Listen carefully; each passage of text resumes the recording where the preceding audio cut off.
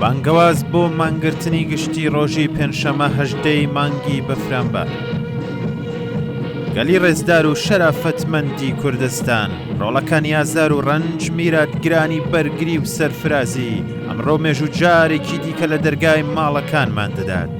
نەک بە دەنگی تۆپ و تفەنگ، بەڵکو بە هاواری نان و کار و ئازادی.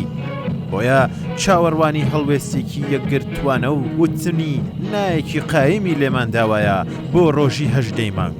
ئەوەی لە حوتی بەفرامباری 1404 لە ئێران دەستی پێکردووە تەنها ناڕەزایەتی لە دژی گرانی نییە، ئەمە دەنگی تووڕەی گەلێکی ئازار چەشتووە کە ئیتر نایەوێت لە بێدەنگیتە بپووکێتەوە. کوردستان هەمیشە زووتر لە کەسانی دیکە تێگەیشتووە کە دیکتاتۆری سنوور ناناسێت و هەژاری زمانی هاوبەشی هەموو زەحمەت کێشانە. ئەمڕۆژ ئەو چارەنووسی ئێمە لەگەڵ کرێکاران، مامۆستایان، بازرگانان و گەنجانی سەرانسەری ئێران و گشت ئەو بنەماڵانەیە کە لەم ئاخێزەی دەڕۆژی ڕابردوودا ئازیزترین کەسەکانی خۆیان لەدەستداوە. گرتنی گشتی ڕاگرتنی چەرخەکانی نادادپەروەریە، ڕاگەیاندنی هێزی ئەو کەسانەیە کە هەموو بارگرانی ئەم کۆمەڵگایە لەسەرشانیانە. ئەگەر کوردستان ڕاپەڕێت و هەڵوێست بگرێت، بێگومان ئێران دەنگی دەبیستێت.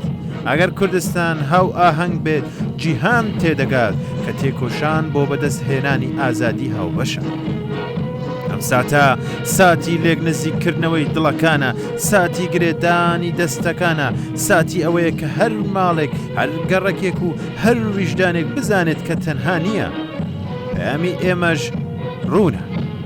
کوردستان نەک تەماشاکەری مێژوو نییە، بەگرەیەکێکە لە دروستکەرانیەتی.